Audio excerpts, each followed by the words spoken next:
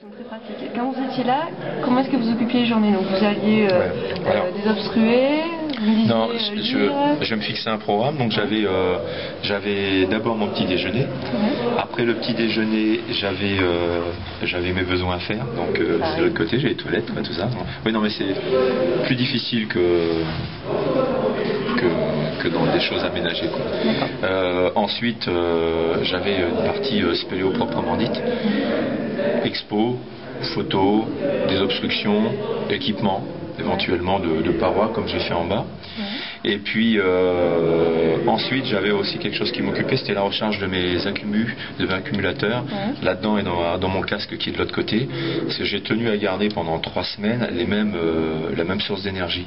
Alors pour ce faire, j'ai un appareil que j'avais trouvé sur internet qui me permet de recharger manuellement mes accus. Le problème c'est que c'est un peu long. Voilà. Pour recharger les 6 accus des 2 frontales, il faut environ 1 heure. Donc tous les 2 jours, il y avait ça. Appareil photo aussi, puis tous les différents appareils que j'avais. Donc j'occupais aussi mes journées à écrire, à faire mes commentaires. Écrit et puis parler au dictaphone. Lecture donc aussi. Qu'est-ce que vous avez lu?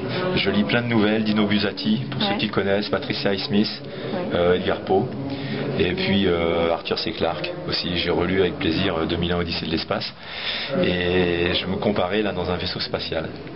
Mais dans un vaisseau spatial l'espace c'est le temps, et que j'étais en train de remonter le temps. Alors ça paraît bizarre, mais c'était ça. Là, j'étais dans une grande bulle là, et qui naviguait dans l'espace-temps et qui recherchait la sortie.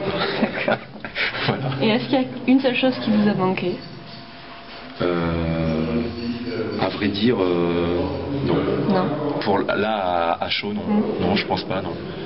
J'avais un extrême plaisir le matin à descendre. J'adore les bouts de corps comme ça, je me régale. Et j'avais un extrême plaisir à descendre, à faire de la spéléo, quoi, déjà. Et puis ça a été une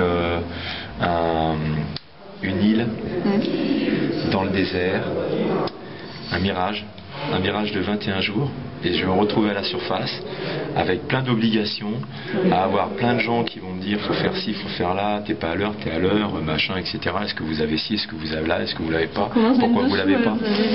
Et c'est vrai que non, là il faut l'organisation, mais il y avait quelque chose, c'est que je n'avais aucune obligation.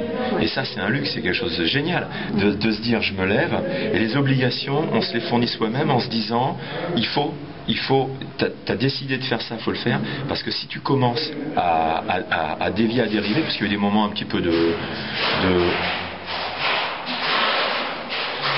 c'est une bouteille d'eau qu'ils ont vidée, j'avais une bouteille d'1,5 litre en bas, et donc ils avaient le pastis pour boire avec, et donc il faut s'astreindre à une discipline. Par exemple le rasage. Là si je me suis pas rasé, c'est que je n'ai plus de rasoir.